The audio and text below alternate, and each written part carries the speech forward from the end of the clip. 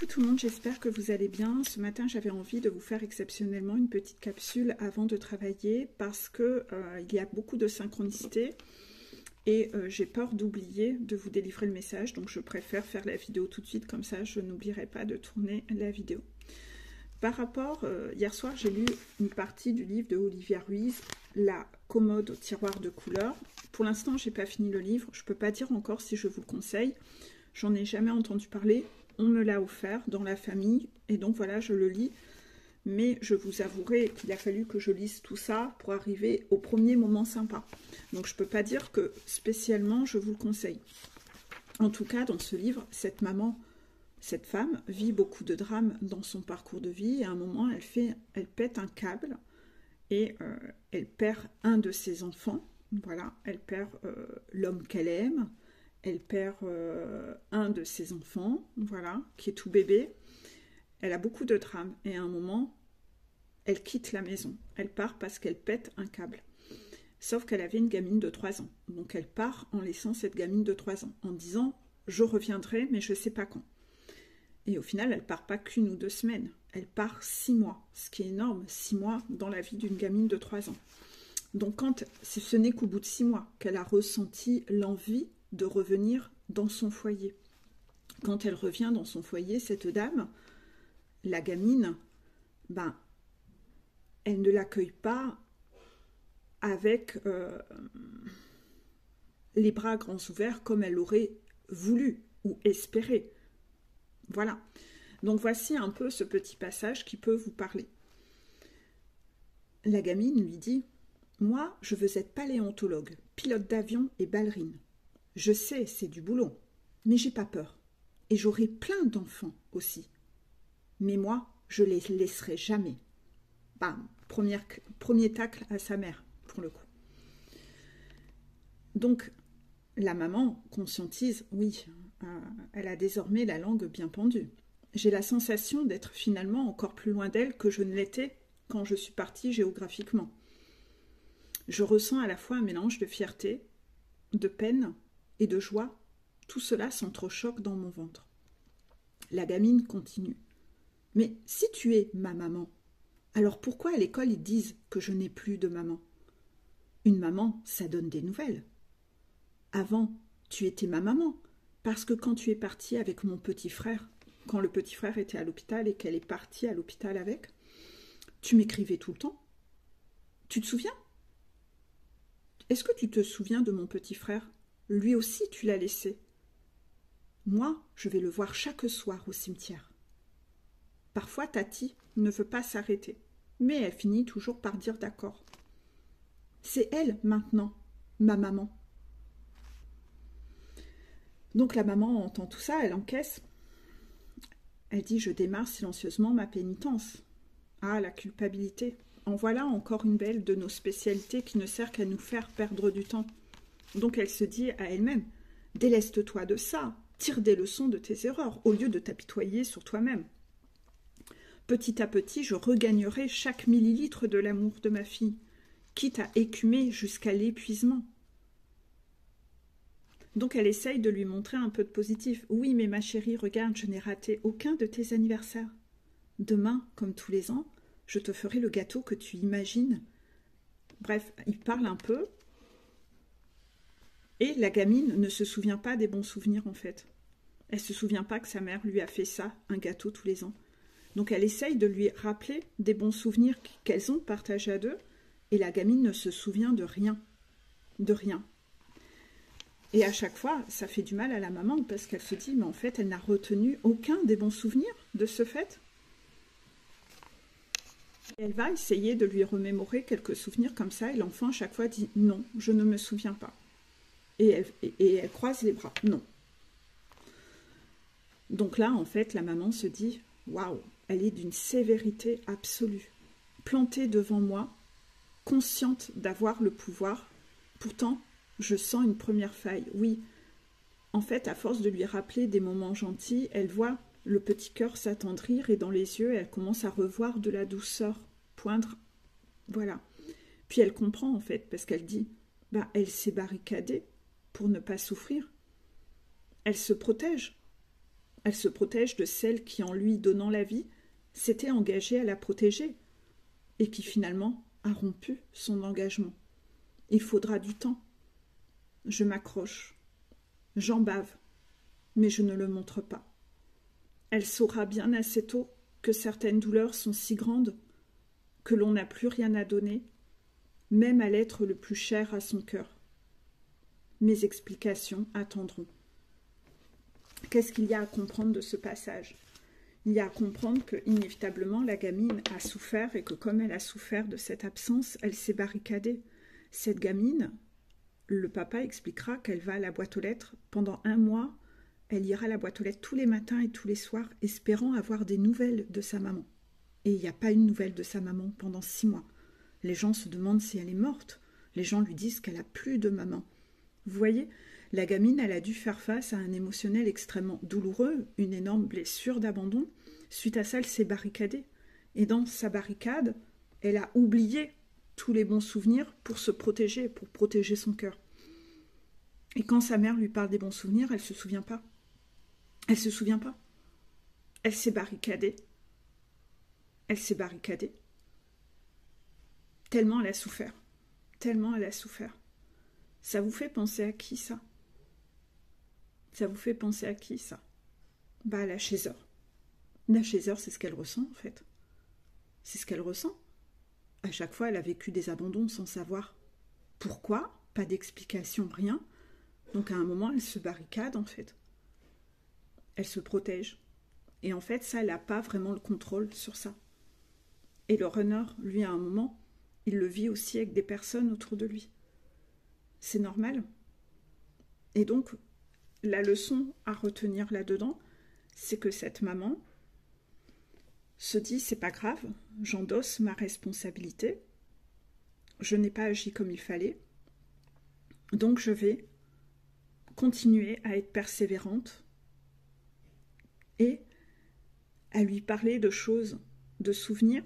À force, elle va se rappeler et je vais réussir à regagner sa confiance et à regagner son amour, en fait. Donc, en fait, elle prend son mal en patience, elle prend sur elle, elle encaisse sa pénitence, elle se cloistronne pas dans une culpabilité qui la fige, non. Elle utilise cette culpabilité pour se dire, je dois endosser ma part de responsabilité et j'ai agi comme ça, donc je dois arrêter de m'apitoyer sur moi-même et je dois rebondir. Je dois avancer, je dois essayer de la récupérer parce que j'aime ma fille, je m'en veux de lui avoir fait ça. Donc voilà un peu ce qui se passe dans ce livre.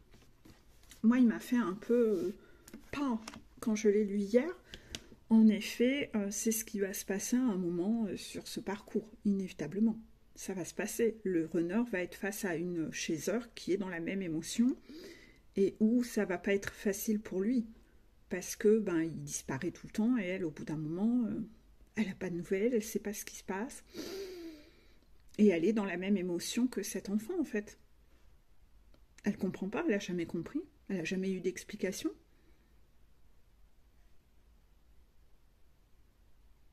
Donc vous vous rappelez de cette dernière phrase qui a été dite? Il faudra du temps, je m'accroche, j'en bave, mais je n'en montre rien. Elle saura bien assez tôt que certaines douleurs sont si grandes que l'on n'a plus rien à donner, même à l'être le plus cher à son cœur. Mes explications attendront. C'est normal parce que là, la gamine a 3 ans, mais les explications doivent tomber. C'est ce qui va permettre à la personne de comprendre. Là, la gamine, elle a 4 ans au moment où elle revient. La gamine, elle a 4 ans quand elle revient. C'est un peu jeune pour avoir des grandes explications comme ça. Mais par contre, vous, entre runner et chaser, il va falloir quand même savoir vous expliquer parce que en face, vous avez quelqu'un qui ne comprend pas, qui n'a jamais compris en fait.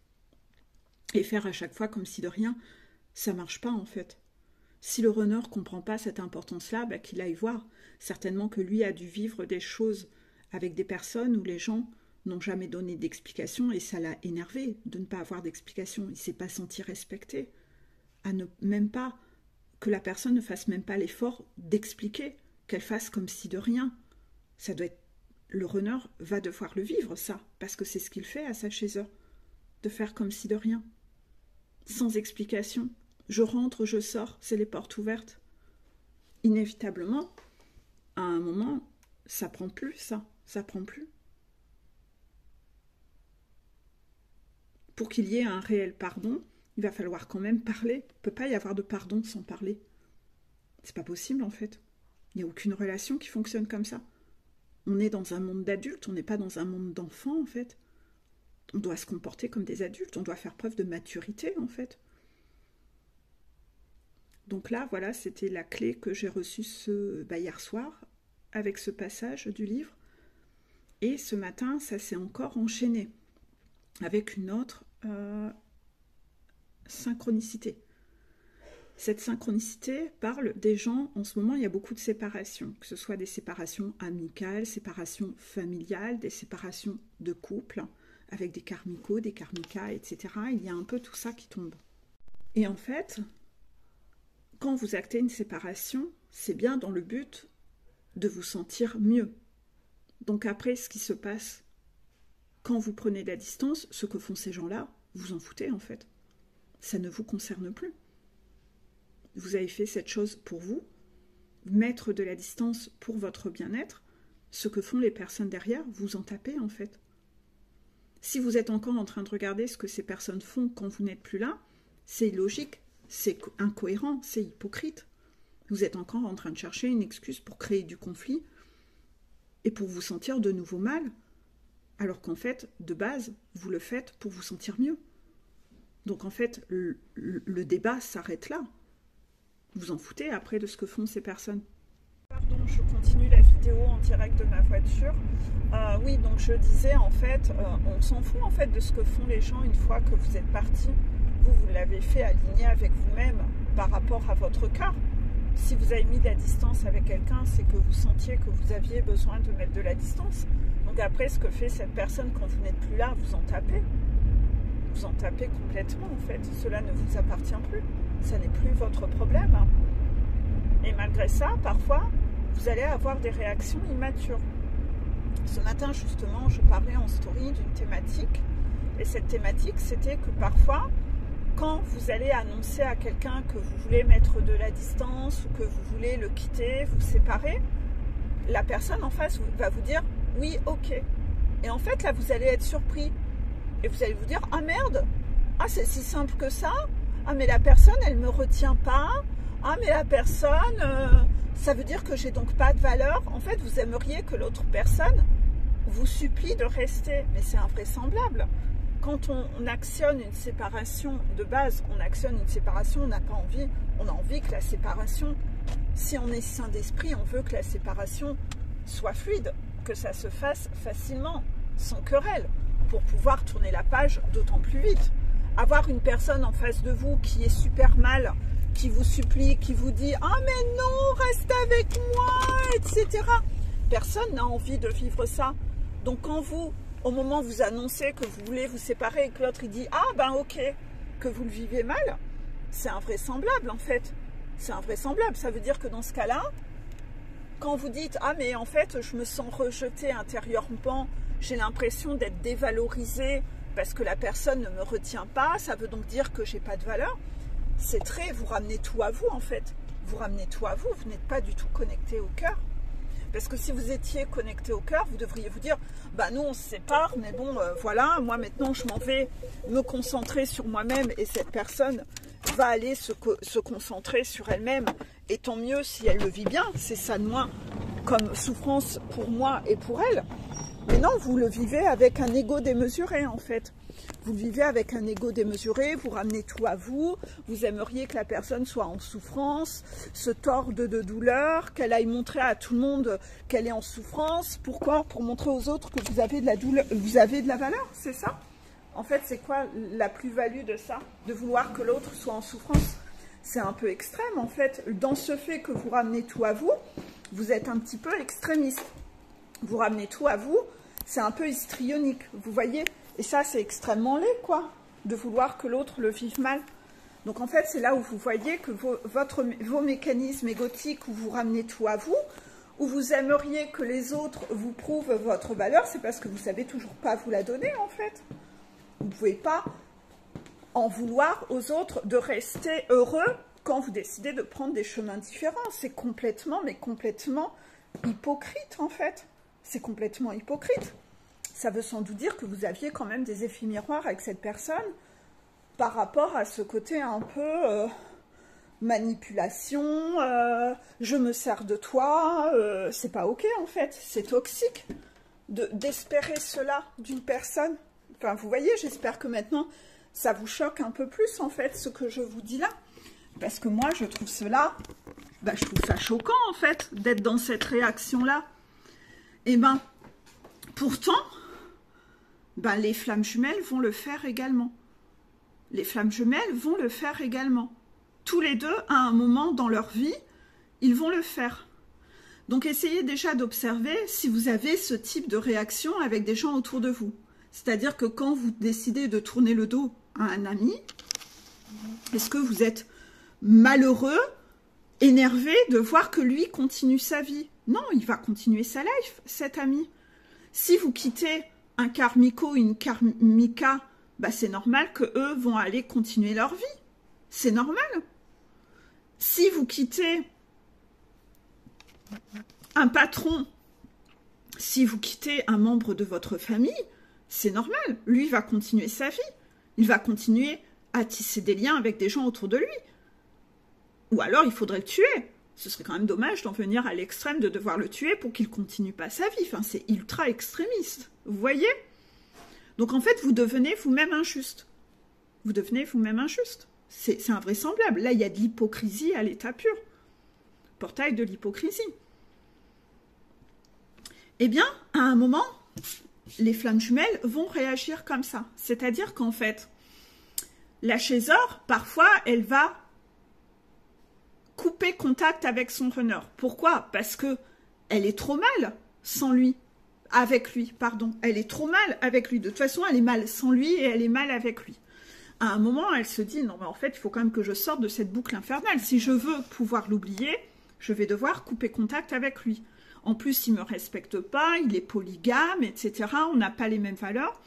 Donc, la chaiseur va vouloir s'extraire de cette relation pour essayer, je dis bien essayer, de s'offrir l'opportunité de peut-être pouvoir aller mieux. Mais quand elle est loin de lui, elle souffre quand même, en fait. Hein. Elle souffre. Le temps de guérir, de se reconstruire, etc., ça prend du temps. Elle est en souffrance. Elle ne le quitte pas parce qu'elle ne l'aime plus. Elle le quitte parce que lui ne l'aime pas, en fait. C'est ça la différence, en fait. Donc, elle quitte, mais avec une extrême souffrance. À côté de ça, elle va, malgré qu'elle coupe contact avec lui, elle va lui en vouloir que lui continue sa vie. Mais c'est normal qu'il continue sa vie. Elle ne peut pas lui en vouloir de continuer sa vie. Vous voyez ce que je veux dire? C'est normal. Elle s'y attend bien. Il ne va pas arrêter de vivre. Elle doit travailler sur ce côté où finalement elle ramène tout à elle. Dans ces cas-là, si elle a décidé de tourner la page, c'est logique qu'il continue sa vie. Ça, c'est le premier angle de vue. Donc, en fait, dans ces cas-là, il vaut mieux qu'elle ne regarde plus du tout ce qu'il fait. Qu'elle coupe le profil, qu'elle ne regarde plus du tout ce qu'il fait. C'est logique. Comme ça, ça ne lui fera pas mal. Vous voyez ce que je veux dire?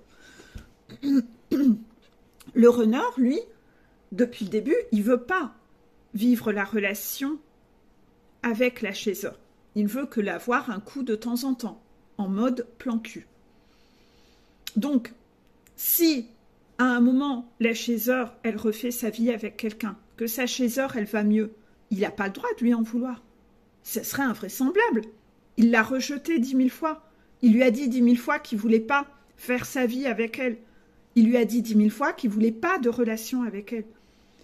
10 000 fois, quand elle lui a dit qu'elle l'aimait, il l'a envoyé bouler. Lui ne l'aime pas. Soit il lui dit « mais moi je t'aime pas », soit il répond un truc à peu près poli, un merci ou un truc comme ça, mais jamais il lui dit qu'il l'aime. Donc après, il ne peut pas lui en vouloir à elle d'aller mieux au bout d'un temps et de refaire sa vie de son côté. Ça serait complètement hypocrite de sa part d'avoir, non seulement il lui fait du mal en ne voulant pas d'elle, mais après il lui en veut d'aller bien Ça serait complètement illogique, c'est complètement toxique, vous voyez? Donc, les deux vont devoir travailler ce côté logique et hypocrisie. Et ça, c'est pas si évident que ça. C'est là où vous allez devoir voir, c'est qui a envoyé bouler l'autre. Qui a envoyé bouler l'autre? Parce qu'à partir du moment où c'est vous, c'est l'un ou l'autre qui a envoyé bouler l'autre, vous n'avez donc pas le droit de lui en vouloir de faire sa vie pendant ce temps-là. C'est logique. Soyons cohérents, cessons d'être hypocrites. Donc arrêtez de regarder ce que fait l'autre. Ça va de soi. Vous l'avez envoyé bouler, la personne fait ce qu'elle veut. Si elle va bien, elle a le droit. N'allez pas la juger pour ça. Vous voyez? À côté de ça, ce qu'il y a à noter et qu'on me demande de rappeler, c'est que celui qui envoie bouler l'autre, c'est aussi dans les échanges, regardez, c'est qui à chaque fois qui écrit le dernier message, vous voyez, et l'autre ne répond pas. Et l'autre ne répond pas. Celui qui ne répond jamais au message, qui coupe la communication, c'est qui? Ben, c'est la personne qui envoie bouler l'autre. C'est celui qui rejette.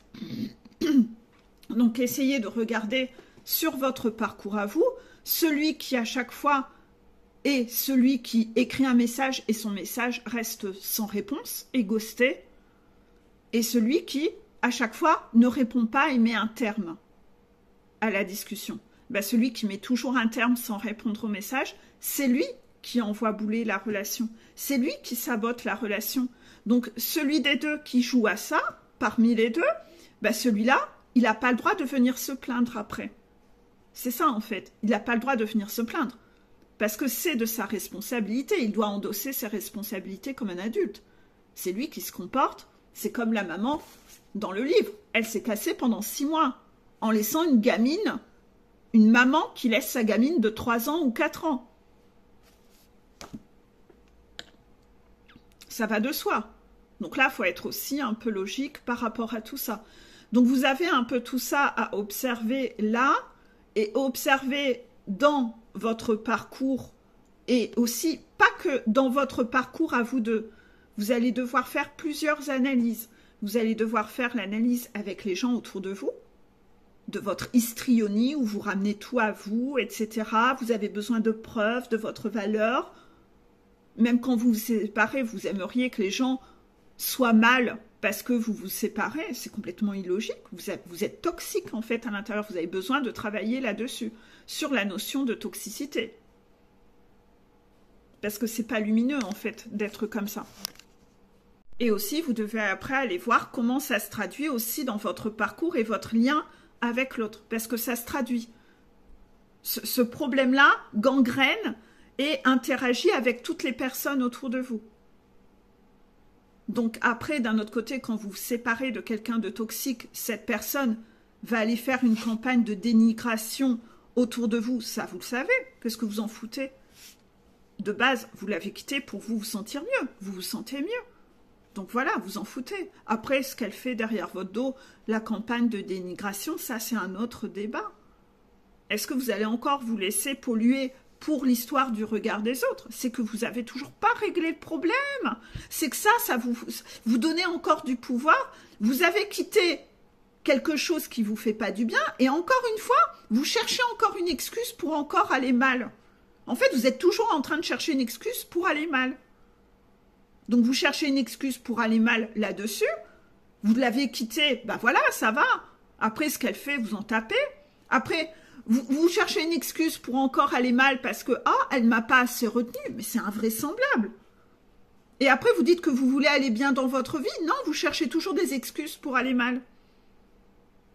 Quand vous quittez votre jumeau ou jumelle, vous trouvez encore une excuse pour aller mal. Ah, mais cette personne, finalement, là, vous réécoutez toujours le serpent pour recréer des conflits. Ah, mais cette personne, finalement, elle est trop bien sans moi. Mais vous devriez être heureux dans ce cas-là, puisque vous n'en vouliez pas de cette personne. Vous ne l'aimiez pas. Vous ne lui avez jamais dit que vous l'aimiez. Vous n'avez jamais voulu de relation avec. Mais soyez logique, en fait. Arrêtez d'être hypocrite. Arrêtez d'être hyper centré sur vous. Vous abîmez tout le monde autour de vous. À force de ne penser qu'à vous, en mode nombriliste et narcissique. C'est laid, en fait, c'est extrêmement laid. Donc là, dans ce portail de l'hypocrisie, vous avez tout cela à nettoyer. Vous avez tout cela à nettoyer actuellement et vous avez tout cela à observer. Il y a tellement d'hypocrisie autour de tout ça. C'est comme les gens qui vont quitter un homme violent et puis après, ils vont se battre pour que l'homme violent ait la garde des enfants. Mais c'est pas logique si vous vous en vouliez pas pour vous-même. Pourquoi vous vous battez pour que vos enfants passent du temps avec cet homme violent? C'est invraisemblable. Bah, les 3/4 du temps, c'est les enfants qui subissent les violences après. Donc il y a de l'hypocrisie surtout en fait. Vous abîmez les autres pour ne pas être abîmé vous-même. Il y a de l'hypocrisie sur plein de sujets. Il y a plein d'hypocrisie sur plein de sujets. Le portail de l'hypocrisie, c'est loin d'être un portail tranquillou. Hein. Vous êtes hypocrite sur plein de sujets. Vous devez vous observer vous-même. Mettre votre lampe de spéléologue et regarder à quel point vous avez des choses à travailler, à guérir et à nettoyer à l'intérieur de vous. Arrêtez de croire qu'à chaque fois le problème il est autour de vous. Vous aussi, vous avez besoin de travailler sur vous. Vous avez besoin d'arrêter d'être hypocrite. Je ne sais pas si j'ai assez bien expliqué cette vidéo. Oui, visiblement j'ai assez donné de clés. Il faudra, les 3 dernières vidéos, vous allez devoir les réécouter plusieurs fois. Hein. Le portail de l'hypocrisie. Vous allez devoir réécouter l'hypocrisie sur la parentalité. Vous allez devoir réécouter le portail de l'hypocrisie avec l'incohérence, la peur du manque. Vous allez devoir retravailler réécouter la vidéo de « On ne peut pas perdre quelque chose que l'on n'a pas » et vous allez devoir réécouter cette vidéo. Ces vidéos-là, vous allez devoir les réécouter plusieurs fois. Il y a des notions très compliquées à assimiler, qui sont des réflexes internes que l'on a depuis toujours. Et donc, en fait, vous allez devoir les réécouter pas mal de fois pour l'ancrer profond. Réécouter, réécouter, réécouter pas mal de fois pour vraiment ancrer ça profond. Donc, prenez note que ces 4 vidéos-là sont très importantes et à réécouter plusieurs fois. Voilà. Donc, peut-être que dans un mois, vous êtes encore en train de les écouter. C'est OK. D'accord? Notez-les. Enregistrez ces liens quelque part. Mettez-vous des rappels dans votre agenda. D'en réécouter au moins une chaque semaine ou 2 chaque semaine. Une le week-end, une le mercredi, que tous les 3-4 jours, vous en réécoutez une des 4 pour les faire tourner en boucle, en boucle, en boucle, pour l'ancrer vraiment très, très, très profond.